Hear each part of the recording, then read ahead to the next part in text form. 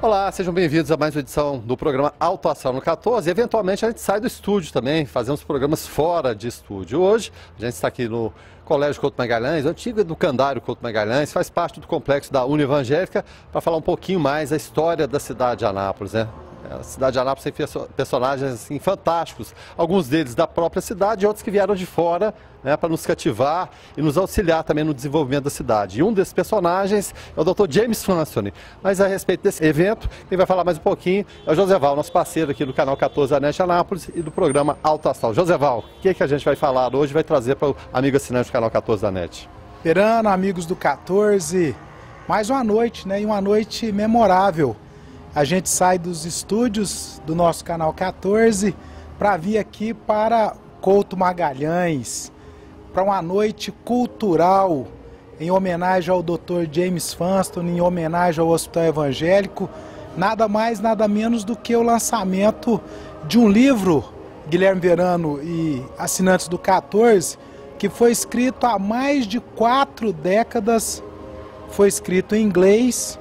Vocês vão saber a história desse livro aqui hoje e que foi traduzido agora para o português e que vai ser lançado aqui hoje nessa noite cultural, onde a gente vai ter a apresentação do coral dos funcionários do Hospital Evangélico.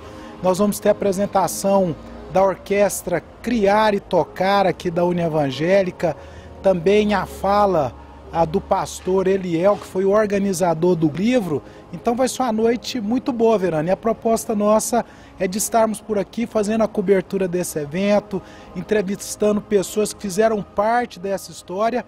Nós, do canal 14, do programa Alto Astral, do qual nós temos a Unievangélica, o Hospital Evangélico, o Plameg, todos ligados ao grupo, a esse grande grupo. Então nós não poderíamos deixar de estarmos aqui para fazer essa cobertura.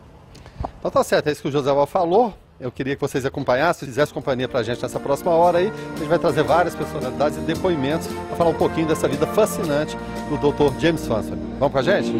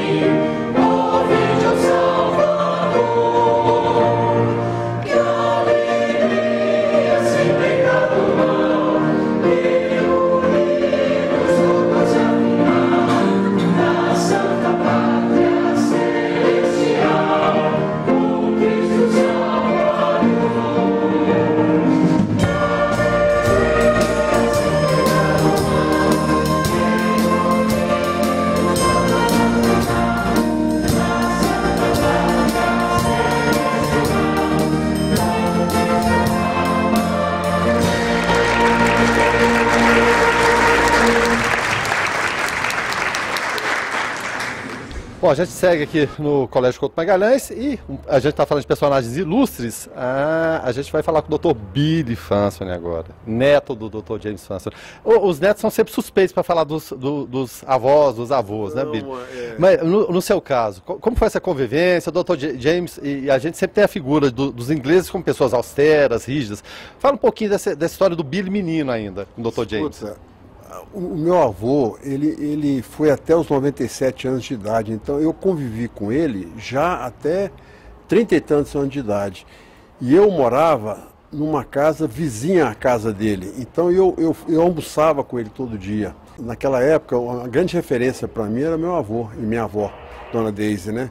Então eu tenho boas memórias, boas lembranças. Ele foi aqui, onde nós estamos aqui hoje, ele foi padrinho da formatura minha de 4ª série.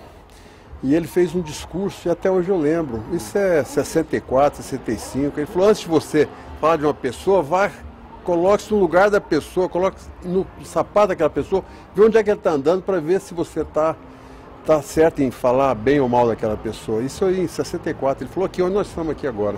Exatamente nesse lugar, né? E como parece assim que na memória nossa afetiva, principalmente da infância, da juventude, marca certas passagens. Agora, pulando da infância para a juventude, que tipo de influência ele teve na opção pela medicina?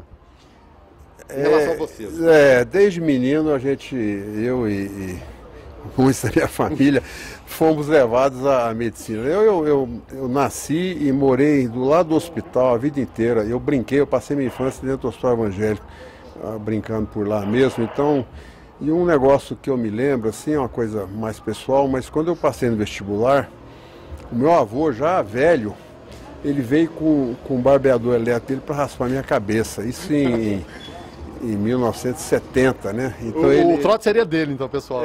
Então ele raspou a minha cabeça. Ele já tinha 80 e tantos anos de idade. Então ele dava muito... Ele gostou desse fato de eu ter passado no vestibular de medicina. Bom, e teve uma pressão ou não? O caminho foi natural? Não, caminho natural, não tem pressão nenhuma, não. Foi a única coisa que eu sei fazer e sabia fazer era medicina. E como isso é bom, né? E o Billy, a gente tá até brincando aqui antes de começar a gravação, né? Todo dia, antes das 6 da manhã, eu tô indo para a Rádio São Francisco. Eu na corrida e ele também na corrida. Ele para ir para o hospital e eu ir para a rádio. A gente sempre se encontra ali na Desembargador Jaime, né? A vida de médico, a gente sabe que é uma vida complicada, uma vida difícil, uma vida que muitas vezes as pessoas têm. Tem muito glamour, mas tem muito sacrifício também, né? Como você vê a medicina da época que você formou para hoje em dia, Billy? O que mudou? Não vou falar nem avanço tecnológico, mas a relação do paciente com o médico hoje em dia. Antigamente era menos corrido, né? Você tinha mais tempo até de ficar com o paciente e você fazia um relacionamento mais tempo. Hoje é quase uma máquina, né? São diversos médicos, eles marcam o horário da cirurgia, você chega lá, conversa um pouco com o paciente, aí o paciente vai embora, depois da anestesia já entra outro paciente. Então hoje está mais corrido. Quem foi Dr. James Funston para essa geração, para esse pessoal que está acompanhando hoje em dia? O Dr. James Funston foi um cidadão que chegou aqui em Anápolis já com 36 anos de idade. Ele já era um cara errado. E ele chegou aqui, fundou o Hospital Evangélico Goiano, fundou esse lugar que nós estamos aqui, Colégio Couto Magalhães, o começo dele lá atrás, né, em 37, ele fundou a escola de enfermagem, construiu o hospital, construiu um prédio de 5 andares naquela época, foi lá em São Paulo, comprou o primeiro elevador do estado de Goiás. Então, ele já estava quase com 40 anos, então não desanime, vocês têm tempo ainda para fazer alguma coisa na vida, todo mundo tem tempo ainda. Exatamente, eu acho que essa é a lição fundamental. As pessoas estão desanimadas hoje em dia, achando tudo difícil. Não, um exemplo maior é o Dr. James. Billy, mais uma vez, muito obrigado. Continue naquela rotina, você indo para o hospital e eu fazendo minha caminhada. Sim, senhor. Vamos conversar agora com a pessoa que, é claro, acompanha a história de Anápolis. Não que ele seja uma pessoa já numa idade avançada, não, de forma nenhuma, né? Jovem ainda, mas conhece muito da história, principalmente, é claro, por alguns momentos que viveu na infância ainda, mas é claro, também acompanhando toda a história da cidade de Anápolis. Então, acho que ninguém melhor que o Newton Pereira, nosso jornalista, nosso colega, radialista também, para falar um pouquinho de quem foi essa figura tão emblemática do Dr. James Funston. Newton. Então, o Dr. James Funston é uma figura lendária, não é? Para a medicina, para a filantropia, não é? Para o cristianismo, não só de Anápolis. A gente, às vezes, reduz a importância das pessoas. Mas Dr. James Funston foi um homem importante para Goiás e para o Brasil. Você acredita que ele mudou a história da medicina e da educação? A gente pode chegar nesses termos aqui? Mudou pelo seu pioneirismo, não é? E pela sua ousadia.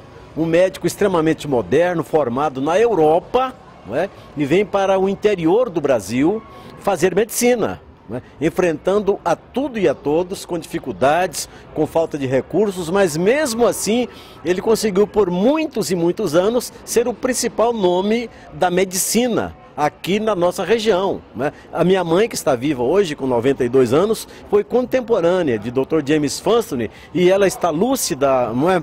Totalmente lúcida, conta histórias e histórias envolvendo o nome de Dr. James Funston. Então, quem conhece ou quem vier a conhecer a história desse homem vai concordar comigo que ele merece ter um busto, né, em cada praça de Anápolis por tudo que ele fez por essa cidade e por esse estado.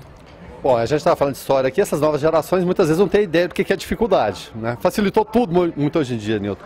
A gente consegue ter essa percepção histórica, você é um historiador também, de que aventura foi essa de sair da Inglaterra para vir, não só para o Brasil, porque se você fosse para o Rio de Janeiro, para São Paulo, já seria uma aventura, mas vir para o interior do Brasil, vir para a cidade de Anápolis, que na época, eu não sei, os cálculos deveria ter o quê? Uns 15, 20 mil habitantes no máximo?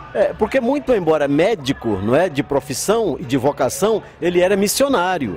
Ele veio para fazer missões, ele veio para pregar o evangelho, veio para fazer a obra, não é, missionária, não só no aspecto doutrinário, da igreja para o povo, ou do povo para a igreja, mas aquela missão de ajudar, né, de favorecer ao menos favorecido, de auxiliar, de socorrer aos pobres, aos necessitados. Dr. James Funston, para quem não sabe, vai ler no livro, ele pessoalmente cuidava dos leprosos, dos hoje rancenianos, mas naquela época falava-se leprosos. Ele fazia curativos, ele clinicava, medicava, cuidava mesmo, não é, dos leprosos, das pessoas que não tinham recurso. Ele operava gratuitamente, ele ministrava, ele doava remédios, claro, cobrava de quem podia pagar, mas nunca deixou de atender a quem não pudesse pagar.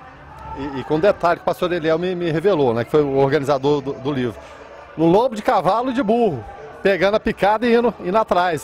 Quer dizer, a dificuldade era maior ainda, era a verdadeira aventura, né, Nilton? Então, é dessa aventura que a gente fala hoje aqui. Isso, com todas as dificuldades inerentes da época, não é? Claro. Dificuldade no transporte, dificuldade na logística, dificuldade no acesso aos medicamentos, aos equipamentos, mas mesmo assim ele não desanimou e hoje a sua obra está aí, reconhecida por todos nós, não é? E creio que esta história, não é, com H maiúsculo, de Dr. James Funston, deve ser lembrada e mostrada para as futuras gerações, para que elas conheçam, para que elas entendam o verdadeiro sentido da palavra humanismo.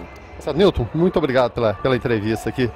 Era um grande prazer revê-lo, não é, e reouvi-lo, não é? Eu já te disse por outras vezes, eu sou fã incondicional do seu trabalho. Eu sei que você tem se dedicado muito para não deixar morrer essa chama da história de Anápolis, dos seus vultos, um jornalismo sadio, saudável, correto, muito bem feito. Parabéns a você e a toda a sua equipe. Eu que agradeço. Aqui é um mestre.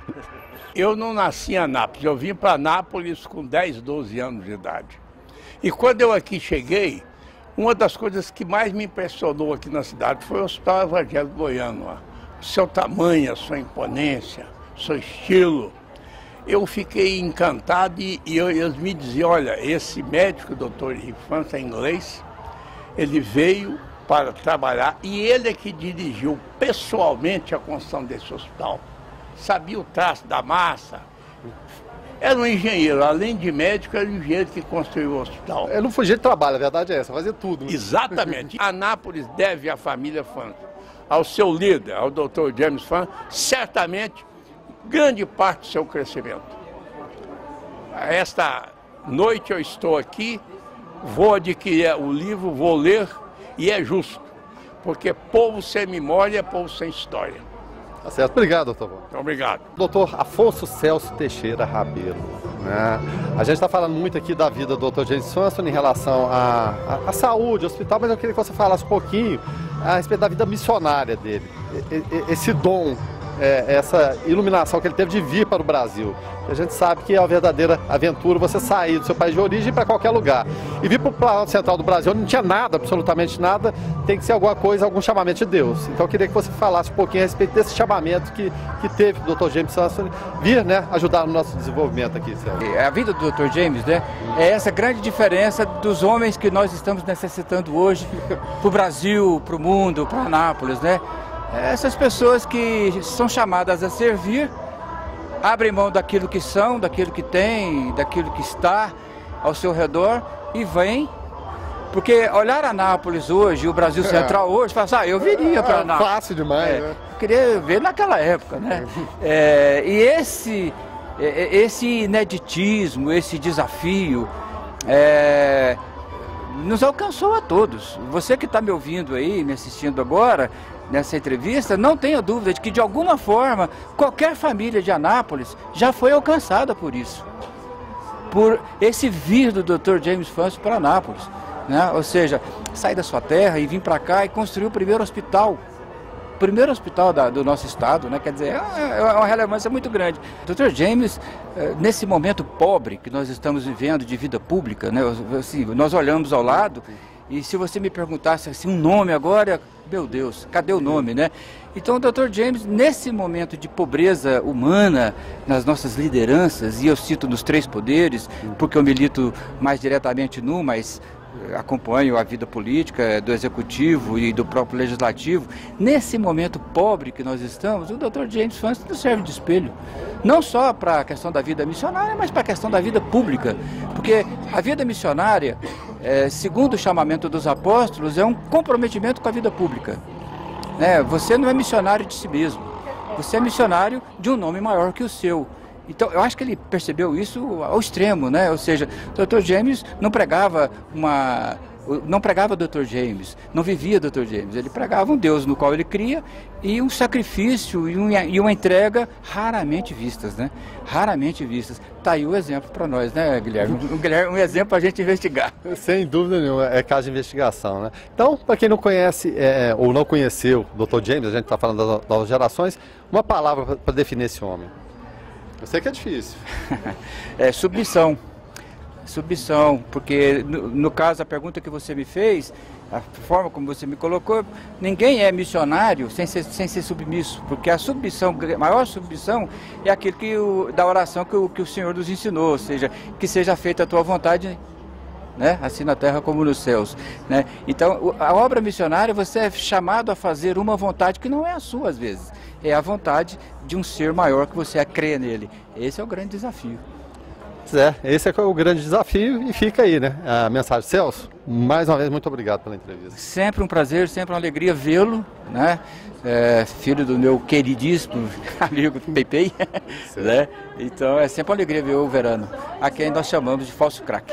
Tá certo, é que é o falso comentarista. É claro, a gente tem essa amizade e eu acho que está muito em falta nos dias de hoje, exatamente o valor da amizade. Nós vamos pegar uma opinião feminina também a respeito de quem foi esse personagem tão fascinante no meio da medicina, Dr. James Fanso. O que a senhora pode falar a respeito dessa figura, né, que todo mundo está definindo como um homem visionário? Ele era mais ou menos assim?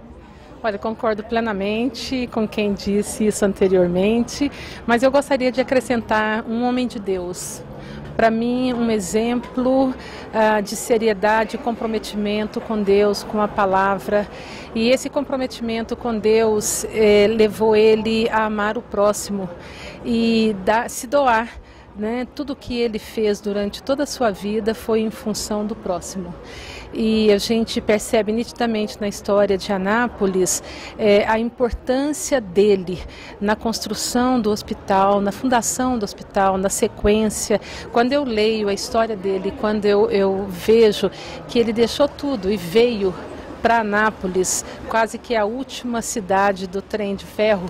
Onde terminar, não tinha jeito de ir para mais longe, né? Não tinha jeito, né? Imagina quando ele chegou aqui, né? No início do século, com muitas dificuldades, muitas limitações, e ele veio para cá como um chamado, aceitando como um chamado de Deus. E ele se instalou aqui, e aqui ele deixou a sua marca de compromisso, sua marca de seriedade, a sua marca de homem de Deus. O que me mais fala quando eu leio da história do Dr. James Fanso é essa marca, o homem de Deus que trouxe a palavra para cá e trouxe benefícios para a nossa cidade. E aí ficou na área da saúde, na área da educação, na área social e em todas as áreas, na área do amor ao próximo, na área do cuidado com as pessoas. Então eu só tenho a dizer que nós ganhamos muito com esse homem de Deus que veio aqui para a nossa cidade. E que bom que, além do legado que ele deixou, uma família tão querida continua tudo aquilo que ele iniciou. O compromisso a Deus e o compromisso com o próximo. Muito bom participar desse momento, muito bom relembrar o que foi o Dr. James Fanso, em merecida homenagem. Bom, em relação ao pessoal que trabalha na área médica, um homem desse serve de inspiração realmente? Com certeza. Nós precisamos de exemplos, nós precisamos e temos a necessidade de sermos estimulados também a cada dia.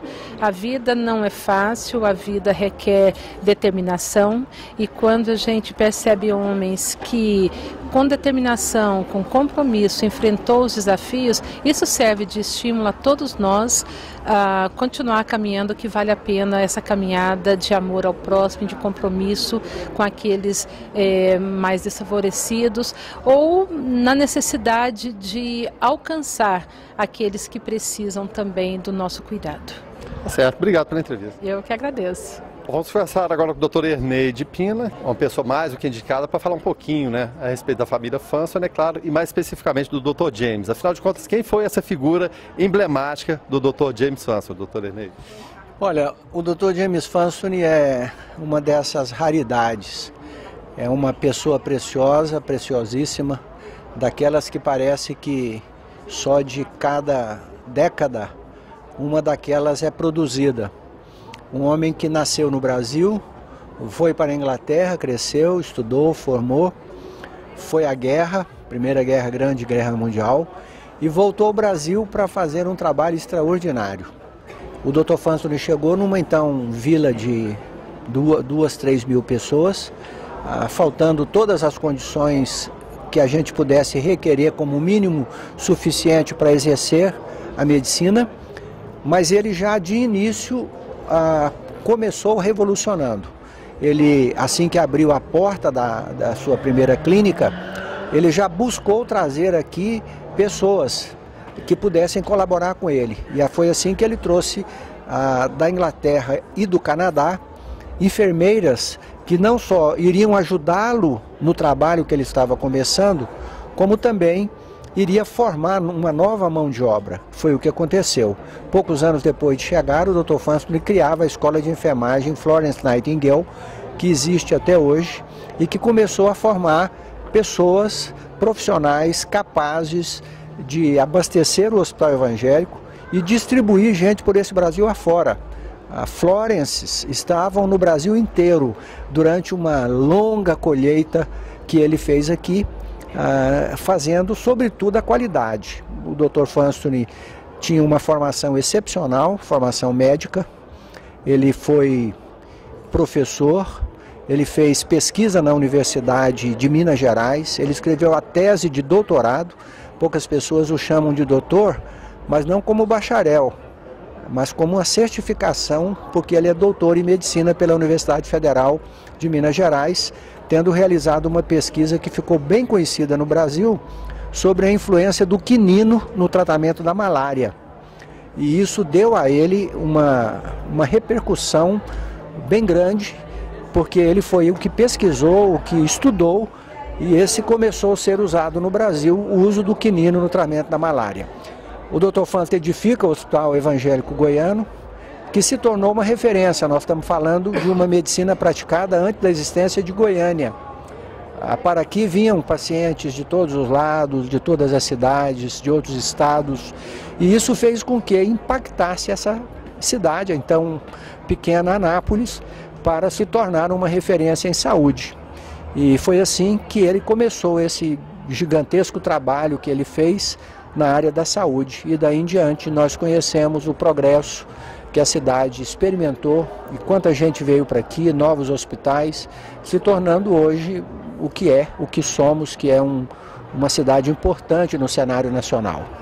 Tá certo, doutor Ernei, a gente sabe que a vida do doutor Fansone não cabe num livro, evidentemente, né? Livros e filmes, mas vamos tentar resumir um pouquinho desse livro. Foi um livro escrito em 1971 por ele mesmo, estava em inglês, houve essa tradução. Imagina o trabalho que o pastor Eliel teve para poder, né, fazer essa obra, né? Mas é claro, teve todo o apoio do pessoal do Hospital Evangélico, também da Associação Educativa Evangélica, que tem ele como referência também, né? É verdade, o livro foi escrito sobre a própria vida dele, não é uma biografia, mas é uma descrição daquilo que a gente chamaria dos atos do Dr. Fansone. Ele começa a reportar desde o encontro dele com o Dr. Calley, e daí um pouco da história da chegada dele do Brasil, e ele descreve pontos interessantes que seriam marcas da sua passagem pela área da saúde e fala também um pouquinho sobre a área da educação, que é uma outra área que o Dr. Fansoni atuou.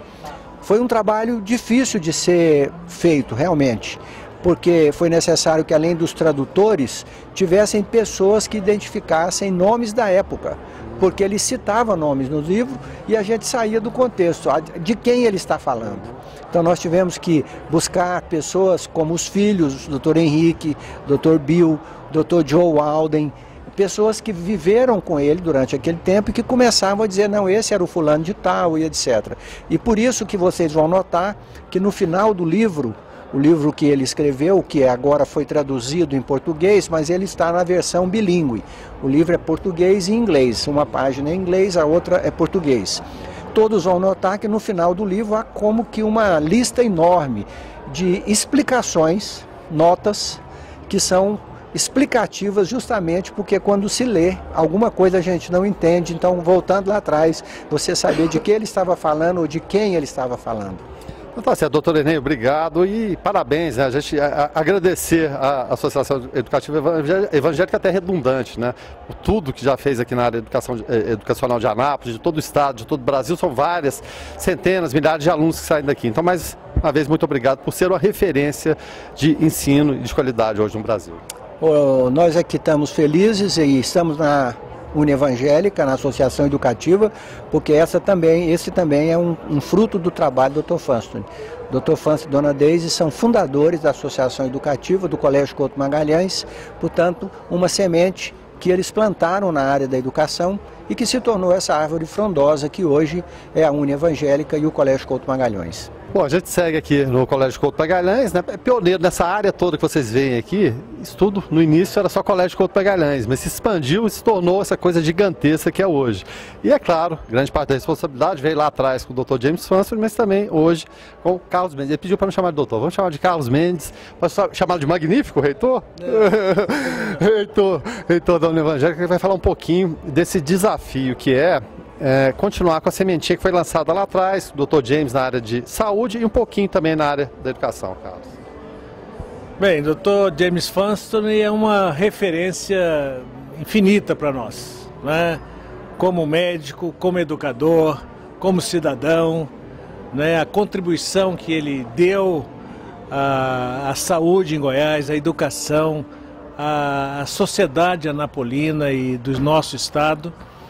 E essa semente, nós aqui da Unievangélica, da Associação Educativa Evangélica, somos muito gratos a ele, como um dos nossos fundadores. Ele e a Dona Deise estão entre os 9 fundadores da Associação Educativa Evangélica, que em 1947 sonharam com esse momento, né? Sonharam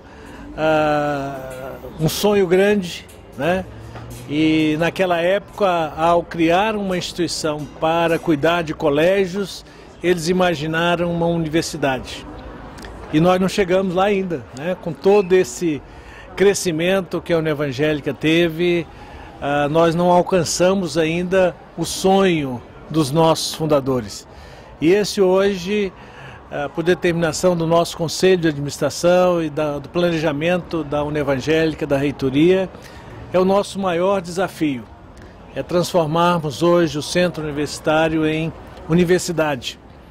E é um desafio muito grande, um investimento enorme, mudanças de paradigmas, de conceitos, de ações, de atitudes que nós temos que desenvolver na nossa instituição, mas estamos caminhando para isso e esperamos aí, no máximo em 2, 3 anos, nós temos essa alegria de concretizar o sonho dos nossos fundadores, né?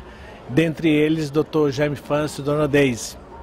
E hoje, para nós, com o lançamento desse livro, também é um momento assim, singular, importante, de registro, né? De homenagem, de registro da história, não só da Associação Educativa Evangélica, mas a história de Anápolis, a história da medicina em Anápolis, a história do Evangelho na região do Centro-Oeste, porque junto com a educação, com a medicina, veio também a cura da alma, veio o Evangelho curador, sarador, salvador, que eles eram testemunhas inequívocas dessa mudança, desse poder de Deus através de Jesus Cristo na vida deles.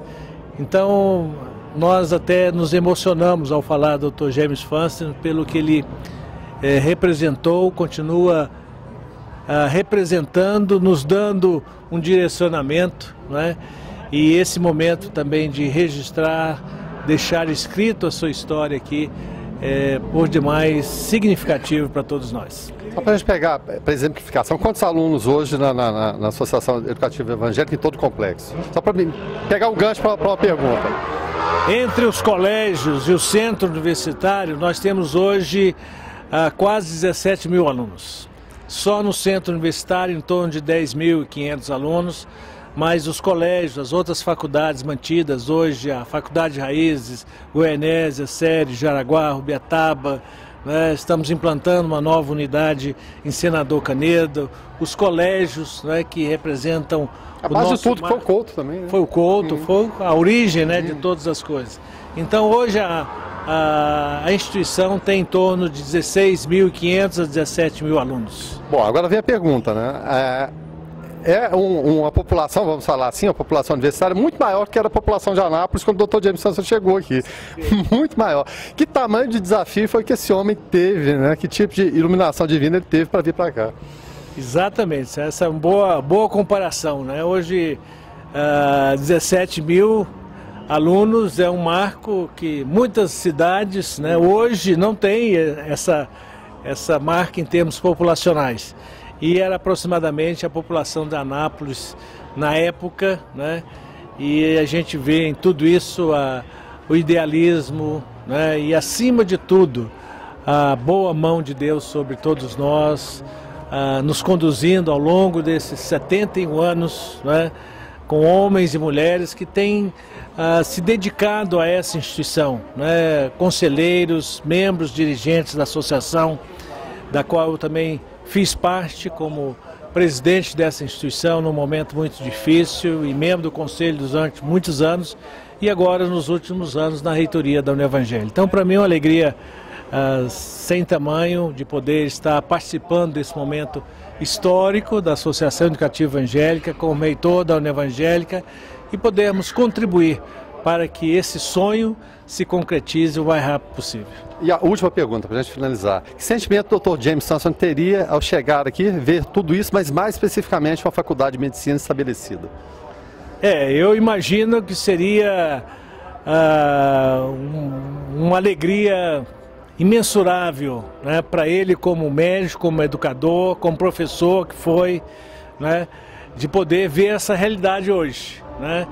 Uma faculdade de medicina que completa esse ano 10 anos já de existência, estamos formando agora a 8ª turma de medicina, um curso novo no contexto das faculdades de medicina do país, mas já inserida no contexto das 34 melhores faculdades de medicina do país. Então, esse é um outro marco, né? Um marco que vai se expandindo na medida em que as nossas ações da universidade, do curso de medicina, se integram com o município, com os programas de residência médica, de atenções básicas de saúde, enfim, é um diferencial enorme, né, de qualidade, de melhoria, a presença da Unevangelho e especialmente também do curso de medicina aqui em Anápolis. Tá certo, obrigado, muito obrigado pela entrevista. Eu que agradeço, um grande abraço a todos. Bom, a gente está na festa de lançamento do livro agora, é claro, o ambiente com muita gente, né? Vocês vão escutar a voz de fundo, mas a gente achou um cantinho aqui para conversar com a memória viva da cidade de Anápolis, que é o Dr. João Asmar. O Dr. João, é claro, né, conheceu o Dr. James, sabe da história todinha e vai contar um pouco sobre quem foi esse personagem James Funston, Dr. João. Eu conheci o Dr. James Funston quando menino. Eu acompanhei a chegada dele aqui e a primeira coisa que ele me beneficiou foi que quando eu era menino, tive paralisia infantil, o doutor Carlos de Freitas, que era meu médico, arranjou com o Dr. Funston um pneu careca do automóvel dele, que me foi dado para eu treinar a perna adormecida. Eu mancava muito, então para correr com o pneu vazio, acompanhando o pneu, andar na rua, correndo atrás do pneu. Esse foi o primeiro momento do meu contato com o Fantoni. Depois ele serviu muito à nossa família. Em 1933, o Zezinho do meu irmão quebrou a perna e foi levado para o hospital. Ao chegar lá, ele me chamou, levou na oficina dele para segurar uma tábua para fazer o suporte para encanar a perna do menino. Encanou a perna dele e depois, quando meu pai foi acertar a conta, ele não quis cobrar. Meu pai deu um saco de batata para ele. Ele tornou-se nosso amigo. Mais tarde ele teve que arrancar o dente do Abrãozinho. Operou a minha irmã Nilza. Agora eu devo a ele muito, porque a minha amada, a minha mulher, conviveu com ele aqui durante 3 anos como aluna da escola de enfermagem. E foi uma amiga dele. Mais tarde ela veio como credenciada pelo governador de São Paulo, já com curso de pós-graduação e mestrado em enfermagem, reorganizar o hospital aqui. Foi quando nós conhecemos e eu passei a namorar a moça e daí casamos. Mas o Dr. Fantoni, eu acompanhei a vida dele desde que ele aqui chegou, quando começou o hospital. Ele veio com a missão principal de evangelizar. Então o hospital que ele criou, eu conheci a mesa que ele fabricou para a cirurgia, e ele trouxe sempre elementos de valor para organizar o hospital. Ele teve um conjunto de enfermeiras aí, como a Alice McIntyre, Alice Galera e a doutora Isa McIntyre e a Alice Galera, 2 enfermeiras que começaram e acabaram com ele durante a vida toda. E a doutora que era esposa médica, esposa do pastor William, que veio com ele para evangelizar e foi para Goiás, na área da Araguaia, e morreu lá, picado de cobra. Então o Dr. Fantoni foi um benemérito daqui da cidade e do estado. A criação dele está aí patente hoje com essa monumental Associação Educativa Evangélica. Essa União Evangélica que hoje tem um complexo educacional fantástico, foi idealizado por ele e também pelo reverendo Wesley Arquibaldi. Eu participei disso e tenho a grata satisfação de dizer que durante 25 anos fui um colaborador ativo dessa entidade da Faculdade de Direito. Ao completar agora 50 anos, nós fomos homenageados aqui por esse trabalho. O que foi plantado aqui pela família Fantoni é algo significativo, importantíssimo para a vida de todos nós. A homenagem que está prestando hoje, com esse livro que é lançado, nada mais é do que um testemunho de gratidão àquilo que ele idealizou e realizou. Foi um dos homens mais importantes que eu conheci.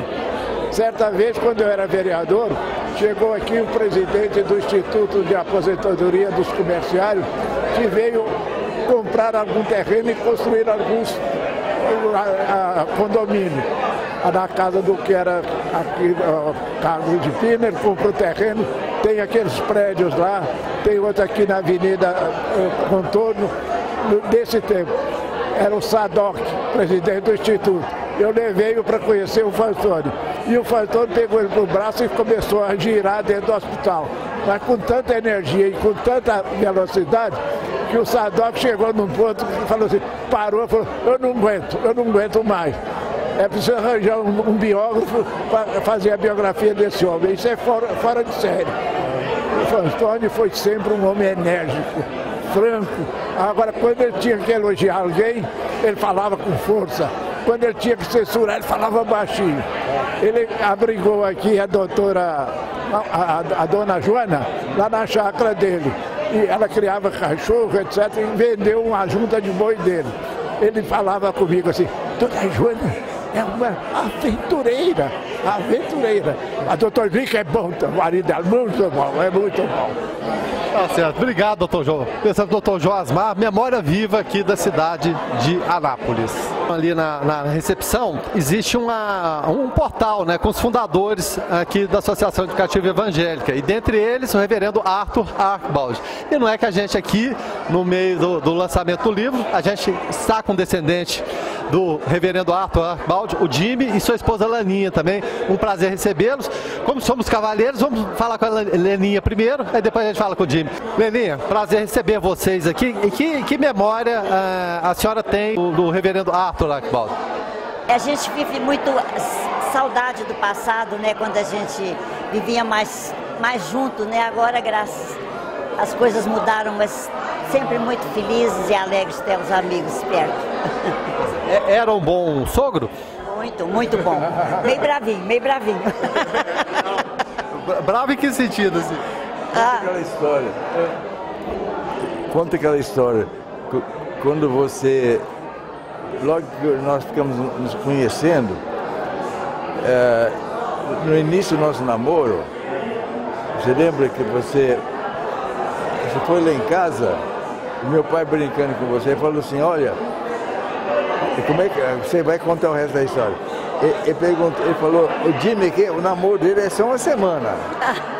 Você lembra dessa? Então, o reverendo então tava queimando o senhor para Lenin, então? Ele estava mexendo com a Laninha, ele falou, toma cuidado que o namoro dele é só uma semana. Como é que você respondeu? Não, e essa uma semana virou quanto tempo já? Eu falei assim, eu quero aproveitar a minha semana o máximo que eu puder. E está aproveitando até hoje, né? Graças a Deus. Semana comprida igual essa, tá para ver. Semana enorme, né? Bom, vou falar agora de filho, a memória que tem do pai, né? Quem foi o reverendo Arthur Archibald? Porque muitas pessoas, e principalmente hoje em dia, parece que não dão valor ao passado, né? Parece que a gente não sabe a origem, não sabe de onde veio, o que se fez, né? Mas qual é essa memória que a gente pode resgatar do reverendo? Meu pai, ele sempre foi muito ligado conosco desde criança, né?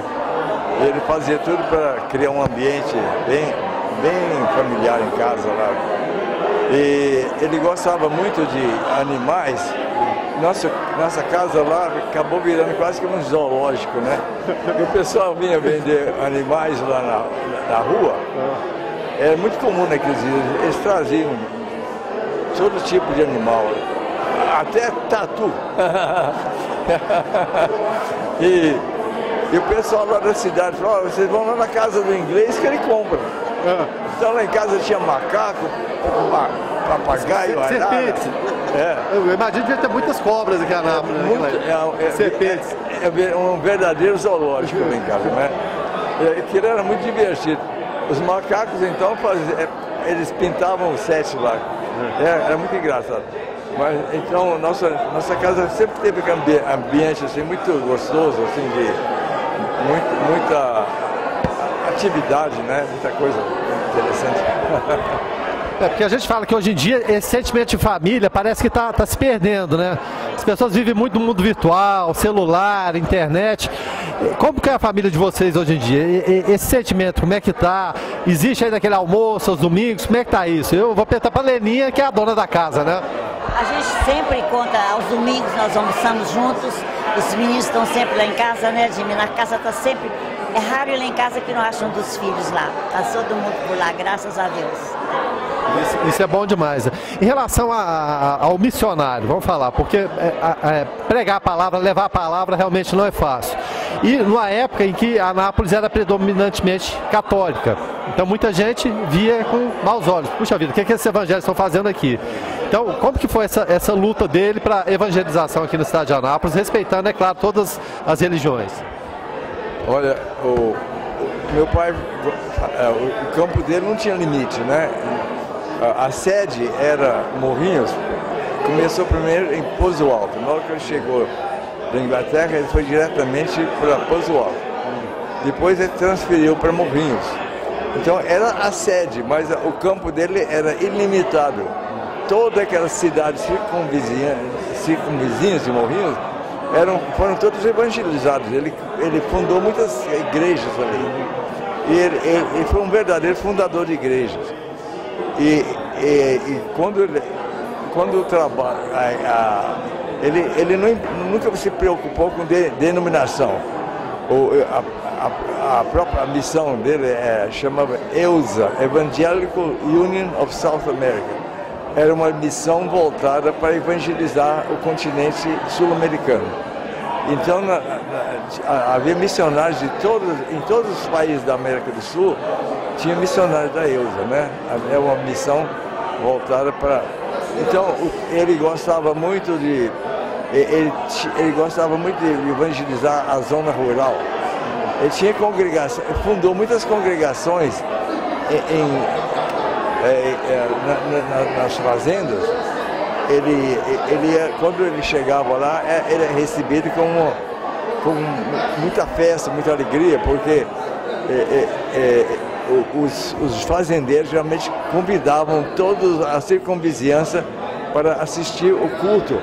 O culto geralmente era na parte da manhã, e depois do culto o fazendeiro oferecia um almoço para todos os convidados, né? E eu como menino naquele tempo, eu me esbaldava. Aqui para mim era uma festa, uma verdadeira festa, né? Bom demais, né?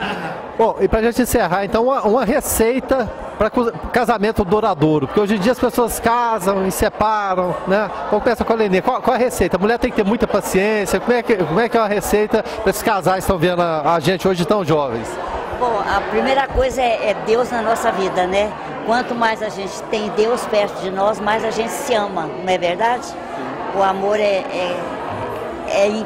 duradouro a toda a vida, né? Então a gente dá graças a Deus porque até hoje nós estamos bem, uma família grande e todos na igreja e todos participando de uma coisa ou outra na igreja. A gente está sempre perto de Deus, graças a Deus. Isso aqui é bom. Jimmy, mulher da sua vida. Dia dos Namorados foi agora há pouco tempo atrás. Uma declaração então para essa mulher da sua vida? Até hoje nós comemoramos. Eu faço questão sempre de dar uma orquídea, alguma coisa para ela assim, no dia do nosso... quando nós comemoramos o nosso... Os ingleses são cavalheiros, né? Então, agora, nós damos muitas graças a Deus, porque a nossa família está toda na igreja, são membros ativos das igrejas. Então, isso foi a maior bênção que nós tivemos na vida, de ver os filhos todos trabalhando e entusiasmados no trabalho evangélico, né? Isso foi para nós. Agora, a nossa união foi feita por Deus. A Bíblia diz, no casamento diz que o que Deus uniu, não separe o homem. E nós não temos a menor dúvida que foi Deus que nos uniu, porque a nossa vida realmente tem sido muito abençoada, né? Amém, né? Obrigado, Leninha. Obrigado, Jimmy, pela entrevista. Bill Fansoni. Meu pai contava histórias e mais histórias do Arsenal, do Bill, daquele pessoal todo que frequentava ali, né? Frequentava, ele era sócio do Arsenal. E tinha sócio, porque ele falava, não, eu era sócio. Tinha essa história de sócio mesmo? Deixou os times de primeira divisão, segunda, o Ipiranga, né? O velho bom Ipiranga, né? Aí ele passou a jogar no Arsenal. Assim, quando ele... Segunda etapa, né? Segunda etapa. Qual time o senhor torcia aqui em Anápolis? Tinha um time, Anapolina, Anápolis, Ipiranga ou nada? No Anápolis. Eu fui presidente do Anápolis nos anos 60. E aí eu fui presidente, acho que um ano quase, no tempo do... Mas quando era amador, se transformou em profissional. Eu assinei o pedido para a federação, pedindo que o Anápolis se transformasse em profissional, porque todos os clubes naquela época estavam se transformando em profissional, senão a gente ia ficar para trás, né? E como que surgiu a ideia do Arsenal? Porque o que eu imagino é o quê? O pai de vocês torceu pro Arsenal, aí vamos mudar o sotaque, pro Arsenal lá em Londres, eles trouxeram a ideia para cá, ou como é que foi? Foi coincidência. É que eu tinha uma turma de amigos que contava ali na Praça James Fansoni, ali, meus amigos. Um deles era o Willy Silva, uma turma aí. E aí uma vez, vamos fazer um time de futebol. Aí arrumamos um jogo com os bancários, ele era bancário, e aí jogamos com os bancários. Aí foi crescendo, tivemos sede, jogamos basquete, vôlei, futebol. disputamos a segunda divisão. O Arsenal teve uma época que tinha nome na cidade, era bem conhecido como clube aqui na cidade. A Rádio Punha, o mais organizado, etc, etc. Mas aí quando a gente foi ficando mais velho, casando, aposentando, morrendo, aí o Arsenal acabou. Mas o nome veio porque é um nome brasileiro e inglês ao mesmo tempo. Mas tem a ver com o Clube de Londres ou não? Não tem, mas tirou do nome de Londres, mas eu realmente lá na Inglaterra eu torci por Manchester United, por coincidência, né? Mas Manchester já tinha aí na cidade, né? Então depois o Arsenal, porque é um nome fácil para brasileiro, mas é um nome em inglês também, eu queria. Tanto que ele, e como eu sou corintiano, eu botei lá esporte, sem os S. É o SC Arsenal, né? Esporte Clube Arsenal. É isso eu vi do esse Esporte Clube sem os S, tirei do Corinthians. Que o Corinthians, né? Esporte Clube Corinthians Paulista. Aí tá aí o nome, saiu daí. Tá certo. Bill, prazer então. Eu acho que eu tava devendo essa entrevista pro meu pai, né? Que ele sempre falava do Bill, eu sempre quis te entrevistar. Eu lembro uma vez, nós estávamos andando, é até triste, eu tava com ele e o Nego, Delci de Souza. Que também jogou no Arsenal, também a mesma coisa, era da Napolina também. Aí quando ele começou a ficar mais velho, jogar no Arsenal. Posso colocar até um parênteses aqui, meu pai falava que o Nego era especialista no baioneta calada. E ele machucava o pessoal escondidinho, ninguém via. Ninguém via. Aí uma vez nós estávamos andando no cemitério, fomos lá no enterro, fomos andando os três. Aí o Pepe lembra o Pepe falando, quem será o próximo? Uma coisa assim, coitadinho. Uma vez ele ficou no hospital, e ele era ídolo do Ipiranga, estava no auge, machucou o joelho. Aí ele ligamento cruzado, o Dr. James que operou. E meu pai que operou, e foi aquele entrevista, porque ele era famoso, né? Aí eu lembro desse fato também, do Pepe. Qual era o nome dele? Era José Verano. José Verano, isso mesmo. Eu era muito amigo do Aécio. Também, meu Aécio. O Aécio Bahia de Goiás. O Aécio, uma vez nós estávamos jogando futebol, e ele jogava no gol, mas muito ruim. E aí eu tinha uma mania, só punha para jogar no Arsenal quem era sócio. Sócio pagando mensalidade. E aí o Aécio era um dos goleiros. E uma vez não tinha, ele foi jogar no gol, lembro que ele fizeram a barreira e ele, não precisa de barreira não. Pode abrir. E o cara chutou, passou direto. Eu nunca esqueço, você faz cada uma com a gente. Mas foi bom, foi uma época boa, muito boa. Tá certo. Bill, obrigado pela entrevista. Eu que agradeço, viu? Muito obrigado. A missão está cumprida ou apenas o início de mais uma missão, pastor? Eu acho que é o início, não é? Porque é uma obra tão grande, tão volumosa, e como eu acho que eu já disse, o livro contém parte da história, né? Quando eu estou apresentando, eu estou trazendo dados fruto de pesquisa que não estão no livro. Então, com certeza, a história continua. Tem muito documento ainda em Edimburgo, por exemplo. A maioria dos documentos estão na Europa e precisa ser resgatado, porque é uma história muito rica e a nova geração, nós recebemos tudo de mão beijada e achamos que sempre foi assim, e não foi. Então, o meu trabalho, a minha intenção, a minha visão é justamente resgatar essa história para que a nossa geração valorize mais e, ao mesmo tempo, seja também impulsionada a também fazer mais para o bem do próximo. A gente fala assim que, e tem ditados que falam, né? Infeliz a pátria que precisa de heróis. Mas outros já acham o contrário, né? Feliz da pátria que pode contar com seus heróis. Mas principalmente esses exemplos, como o Dr. James Fanson, são importantes, principalmente nos dias de hoje, onde a gente vê tanto desmando, tanta corrupção, tanta coisa errada. A área da saúde, então, é uma tristeza. Eu fico imaginando o Dr. James hoje, e ele pegou um pouquinho disso aí, né? Ele faleceu no início da década de 90, de como a saúde estava no caminho ruim, né? Então, esses exemplos, como o Dr. James Fanson, podem e devem frutificar nos dias de hoje ainda? Isso é possível? Ainda é possível ter esperança? Sem dúvida. Eu acho que esse também é parte do trabalho, né? Perceber que de fato houve e há homens que estão trabalhando muito, com muita intensidade, com muita coerência, com muito caráter. O problema é que enquanto a gente está vivendo a história, via de regra a gente não percebe.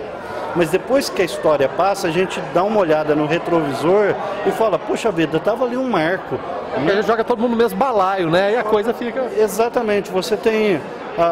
primeiro que a TV não mostra heróis, ela não mostra homens de caráter, de postura. Ela audiência, né? Não dá audiência, ela mostra flashes de pessoas que têm fama, normalmente em cima de macaratismo e de uma vida muito fácil, uma vida muito tranquila. Mas não mostra a garra, a dedicação, o zelo, como por exemplo a gente está ouvindo a história de alguns meninos do futebol. Foram meninos que quase passaram fome, que lutaram muito, que os pais se dedicaram. De alguma forma, eles têm alguma questão de herói. Mas o que se mostra hoje é gente que, por mostrar nudez, por fazer coisas que sem nenhum princípio, sem nenhum valor, sem nenhuma agregação de valor social, conquistam fama. E aí as crianças olham e falam, esse é um modelo, e não é um modelo. Mesmo porque eles imaginam sucesso, fama, dinheiro, né? Isso tudo que eu quero, né? Meu modelo é esse aí. Exatamente, as pesquisas mostram isso, né? Como que as crianças em favelas normalmente se inspiram em grandes líderes do tráfico, porque eles conquistam a menina que tem, anda no carro que quer, corrente de ouro, tem o dinheiro que tem. Então, de fato, eu acho que uma das boas coisas que a mídia pode fazer, a mídia séria, é trazer esses, de fato, heróis. De fato, uma pessoa que cuida da saúde, da educação, uma pessoa que trabalha com esportes, uma pessoa que cuida da assistência social, uma pessoa que zela pelo pobre, uma pessoa que cria instituições que hoje cuida de milhares de pessoas. Você não tem nem o que falar, né? Num contexto de miséria, de ausência de recursos, de ausência de água encanada, de luz, de automóveis, etc. Toda sorte de dificuldades e mais. Alguém que sai de uma terra que poderia ser a vida boa, sem muito esforço. Então, de fato, vocês contribuem muito para a sociedade, quando vocês trazem e resgatam essas histórias que, com certeza, ainda que seja uma pessoa impactada, valeu a pena. E como valeu, né? Milhares de pessoas são impactadas, né? Passou mais uma vez, a gente agradece. É possível definir o Dr. James? Eu sei que é impossível, não estou falando dentro do possível aqui, mas uma palavra ou uma frase, se o senhor se lembra, que possa definir esse homem. Difícil, né? É difícil, mas eu diria um homem que amou a Deus. E por amar a Deus de verdade, ele amou o ser humano. Amém. Amém, pastor. Obrigado pela entrevista. E tem mais o pastor, é claro, vocês podem acompanhar todas as entrevistas do programa Atuação no 14, também na nossa página do YouTube. Hoje foi só um pedacinho, né, que a gente entrevistou várias pessoas, mas tem uma entrevista completa com o pastor Eliel. Mais uma vez, muito obrigado, pastor. Obrigado a vocês, um bom trabalho. O doutor Henrique Maurício Fanson, eu até brinquei com ele na outra entrevista, eu deveria chamar de Henrique Maurício ou Henry Morris. O que a gente pode falar dessa história de vida do Dr. James Fanson? Ele formou em medicina e veio a guerra, né? E naquele tempo a guerra era profissionais. Ele então se alistou e ficou 5 anos no exército inglês, na França, nas trincheiras, e depois 1 ano no exército de ocupação. Certo. Chegou para frente de combate mesmo? Foi para frente. Aí, inclusive, é engraçado que a estatística mostra que morreu mesmo tanto de médico como de soldado comum. Porque ficava lá na frente, né? Certo. E depois da guerra ele voltou para a Universidade de Londres para fazer, que ele foi o 3º classificado nos 2 ou 3 mil alunos da faculdade. Então ele tinha direito de fazer um mestrado de graça na hora, né? Certo, isso em Londres mesmo. Então ele fez mestrado em doenças tropicais, etc. Mas já pensando, porque doenças tropicais está relacionado com o Brasil, já pensando nisso? E o hospital de Londres de doenças tropicais era muito bom, porque a Inglaterra tinha colônia em toda a parte, né? Então eles era o império onde o sol nunca se punha, né? Exato. E eles então era uma faculdade próprio de mesmo. E aí ele veio para o Brasil, porque meu avô foi missionário aqui, né? E achou Anápolis uma cidade central, que eles queriam levar para todo lugar, né? Os missionários. Aqui tinha os missionários, a Igreja Cristã Evangélica é da missão, né? Que meu avô fundou. Mas aí ele achou que Anápolis era um lugar central. Meio do caminho para qualquer lugar, né? Ele não sabia que ia aparecer Brasília futuramente, né? Quer dizer, deu uma sorte. Não, sorte e visão também e bênção divina, vamos falar assim, né? Então ele que mudou a história de Anápolis num certo sentido, porque todo mundo tinha que tratar com ele. E eu acho que por causa do hospital, muita gente mudou para Anápolis, né? Porque naquele tempo, você ter um hospital de primeira, para você tratar, que você tinha que ir para Araguari, para não sei aonde, né? Porque o hospital, diferente que eu já li por aí, o raio-x, por exemplo, meu pai importou da Alemanha, que era a última palavra. Quer dizer, o hospital era um hospital de primeira em pleno sertão goiano, né? É uma coisa quase que inacreditável, na verdade é essa. E com a vida dele, os outros estrangeiros, os sírios, os libaneses, passaram a ser gente também, né? Também era enxotado, eu não queria saber desses turcos aqui não, quer chamar de turco, né? Então e assim meu pai começou aqui. E ele escolheu Anápolis porque ele achou que era central. Não sabia que Brasília ia aparecer, né? E para a gente encerrar, um papel importante, porque segundo o pastor Eliel, o Dr. James se casou e quase que logo em seguida chamou a dona Deise e falou, vamos embora para o Brasil. Não, aliás, meu pai mandou uma carta pedindo ela em casamento. Ele falou, mas de qualquer maneira eu vou para o Brasil. Aí eles casaram e ela veio com ele para o sertão de Goiás. E ela era a única filha de um pai bem de vida, né? Coisa boa. E daí, com o hospital moderno em pleno sertão goiano, muita gente mudou para cá. E mudou a história de Anápolis? E eu acho que foi o hospital que trouxe mais gente, né? E tornou Anápolis conhecido no interior, porque vinha gente longe tratar aqui, né? Porque não tinha outro lugar, né? E aqui tinha um hospital de primeira, né? Tudo de primeira. Raio-x importado de Berlim. É uma coisa fantástica. Doutor Henrique, obrigado mais uma vez pela entrevista. A gente fez aquela outra entrevista no hospital, mas é sempre um prazer resgatar um pouquinho dessa história. Obrigado. O meu olhar vem procurar pessoas que levem a verdade, que leve o reino, que leve a cura ao mundo que precisa de milagres e salvação. A quem enviarei?